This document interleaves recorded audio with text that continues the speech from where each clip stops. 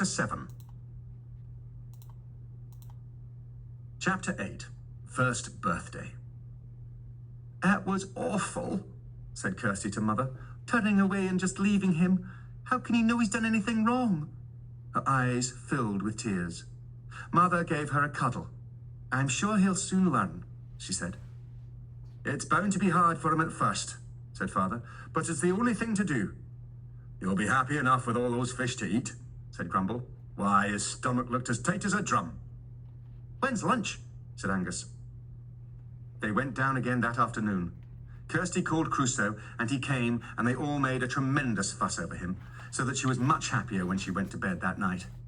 But as soon as she awoke the next morning, she felt miserable to think that she must once again pretend to be angry with him if he came without being called. And of course he did. And the whole performance of berating and shooing him was repeated. For several days there was no sign that he understood. But then one morning they went down to the lochen and stood silent, and the water horse did not come. They could see his head clear of the water over the far side, watching them, but he did not move. "Better," said Father, "but not good enough. Anyone could see that great noodle sticking up." And he shouted, "Dive! Dive! Dive!" in a loud sailor's bellow.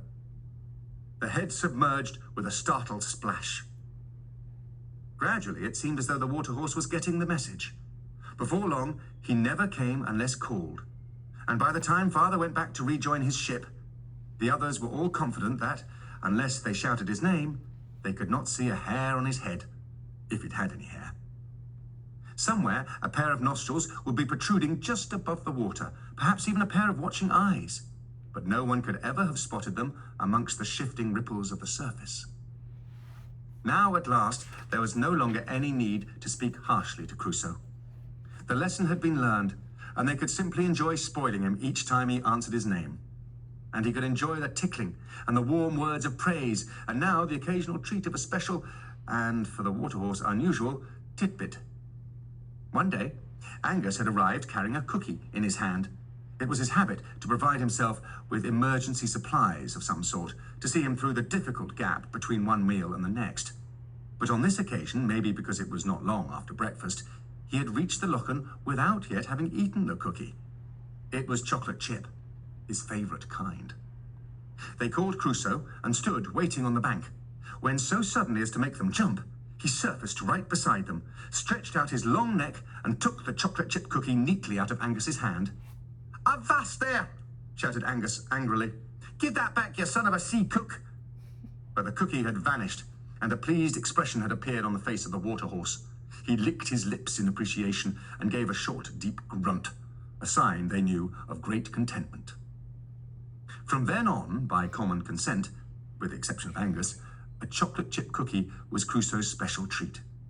And on March the 27th, 1931, they gave him a whole box as a first birthday present. "Do you remember, Grumble," said Kirsty as they watched the box disappear, cardboard and all, "when he was only as long as the span of your hand? Just look at him now." Now it was of no use trying to describe Crusoe's size as matching that of any kind of tiger, even a saber-tooth. He was far bigger. Grumble reckoned that at the end of the first year of life, he measured roughly 15 feet from nose to tail tip. "It's all the fish he's eating," he said. "What happens," said Kirsty, "when he's caught all the fish in the lochen?" But before Grumble could answer, they heard a sound that was quite uncommon in those parts, in those days. It was the sound of a car, farther down the glen, and coming toward them. "Dive!" snapped Grumble, and Crusoe instantly obeyed. When the car reached them, it stopped on the road above, and the driver got out to ask directions from the big old man with the drooping moustache, who stood by the lochen hand in hand with a girl and a small tubby boy. "Thanks awfully," said the driver, when Grumble had given him directions. He looked at the mirror-still surface of the lochen. "I say, what a peaceful spot," he said. "Nothing ever disturbs it, I should imagine." They waited until the sound of the departing car had died away, and then Grumble said, "Call him Angus." And Angus shouted, "Crusoe! Ahoy there, Crusoe!" And up out of the centre of the lochen, in a great fountain of water like a breaching whale, rose the weird and wonderful shape of the water horse.